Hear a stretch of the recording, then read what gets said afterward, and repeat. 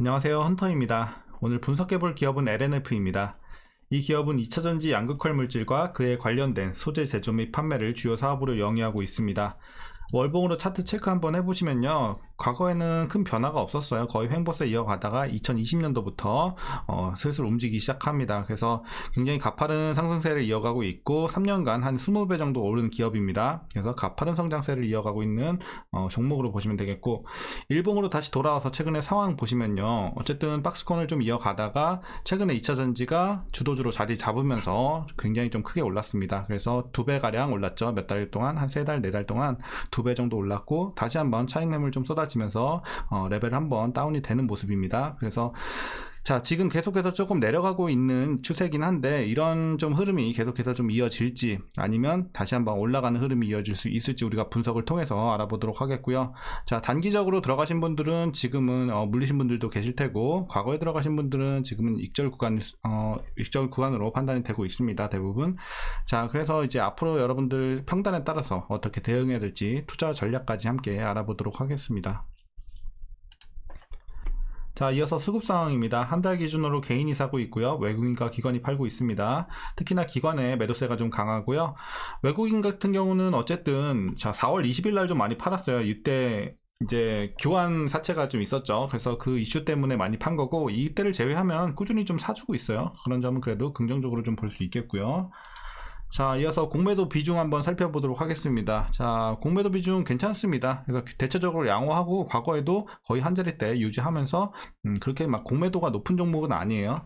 다만 아까 말씀드린 것처럼 교환사채 4월 20일 날 요때만 28% 좀 크게 급등을 했고, 그 외에는 매매 비중은 그래도 괜찮다.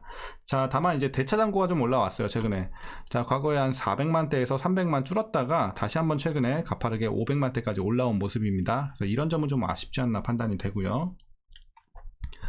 자, 이어서 재무제표 분석 시작해 보도록 하겠습니다. 2018년도 매출부터 보시면요, 5천, 3,100, 3,500, 9,700, 3조 8천, 6조 5천.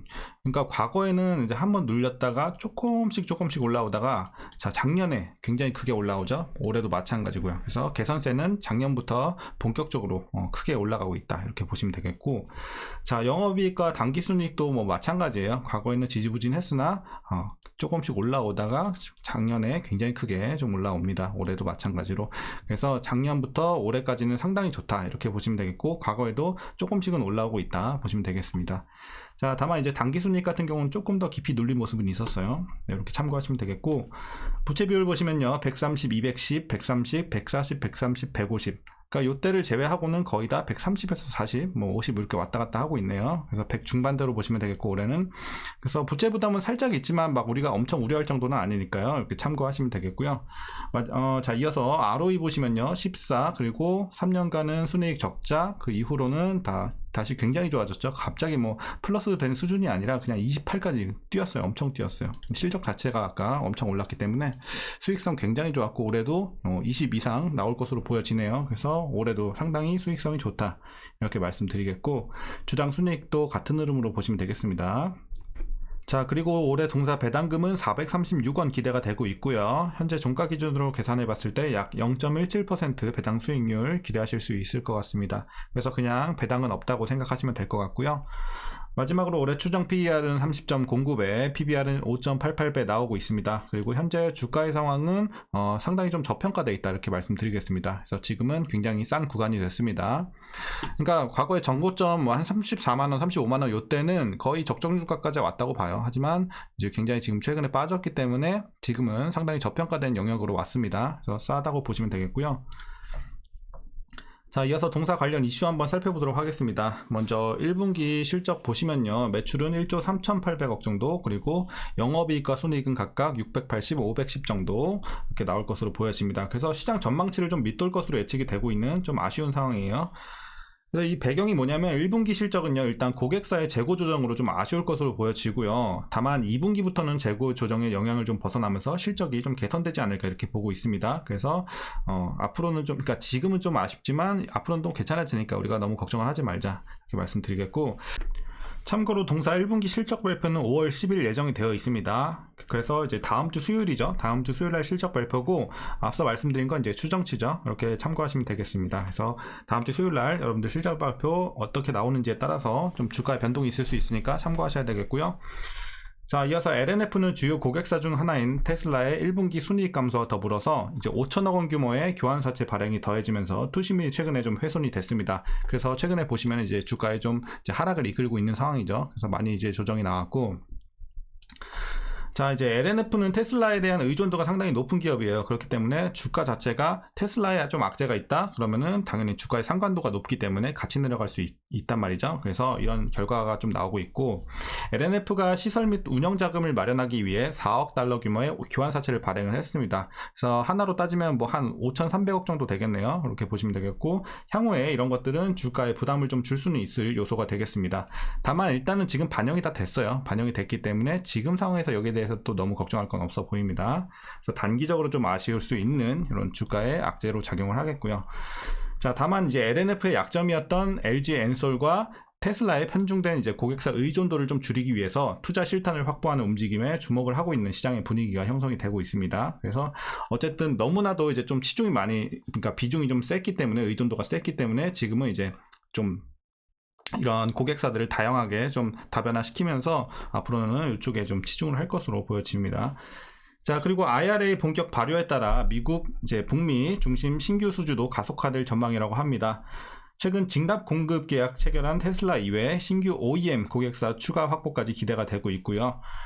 LG 에너지 솔루션 그리고 SK온과 현대차의 미국 합작법인 LG 에너지 솔루션과 포드의 유럽 합작법인 논의가 구체화가 되면 이제 LNF의 새로운 기회로 작용할 수 있을 전망입니다. 자, 그리고 LNF는 자회사 JH 케미칼을 통해 전구체를 조달받고 있지만 턱없이 부족한 물량인 상황인데요.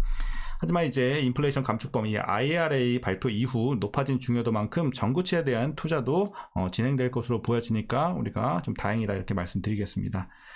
자, 그래서 이제 전반적으로 그러니까 지금 당장에는 조금 악재들이 껴 있지만 어쨌든 지금은 다 대부분 반영이 되어 있고 앞으로의 전망은 또 괜찮아 보여요. 재료들은. 그렇기 때문에 지금은 악재와 좀 호재들이 공존하고 있지만 지금은 이제 최악을 좀 지나고 있는 시기가 되지 않을까 보고 있습니다. 자, 최근의 이슈는 이 정도로 말씀드리겠고, 이제 여러분들 마지막으로 투자 전략 말씀드리면서 영상 마치도록 하겠습니다.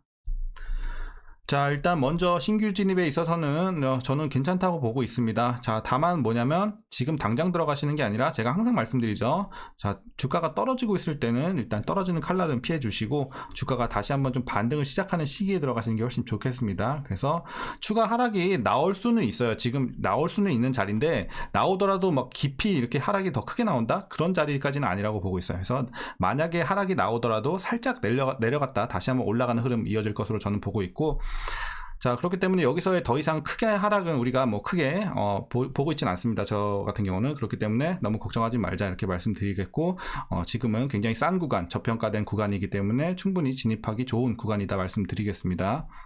자, 그래서 여러분들 반등하는 거 체크하시고 들어가셔야 되겠고요. 지금 바로 들어가지 마시고, 네, 그렇게만 해주신다면 신규 진입 좋아 보이고요. 자, 이제 기존에 조금 수익이 나오고 계신 분들은 어떻게 대응하시냐면요, 계속해서 좀 홀딩 하시면 될 것 같아요. 물론 여기 위에서 잘 익절하신 분들은 다른 종목 보시면 돼요. 예, 지금 이 위에서 뭐 30만원 위에서 잘 익절하신 분들은 이제 다른 종목 보시면 되시고, 만약에 계속 가지고 있다가 좀 떨어져서 아쉬워하시는 분들은 계속 가지고 가시면 돼요. 결국엔 다시 더 올라갈 수 있는 종목이거든요. 그렇기 때문에 자, 그래서 여러분들은 이제 최종 목표가 어디까지 보시냐면요, 자, 보수적으로 잡아도 31만원입니다. 그러니까 어쨌든 장기 말고 단기나 중기적으로만 봤을 때도 여러분들 31만원까지는 충분히 좀 드실 수 있는 구간이 아닌가 이렇게 판단하고 있고, 31만원이 됐을 때 여러분들 익절하시고, 만약에 장기로 보시는 분들 있죠, 저는 이 종목 앞으로 장기로 볼 겁니다 하시는 분들은 목표 주가에 의미 없어요. 전고점도 넘어가죠 사실상.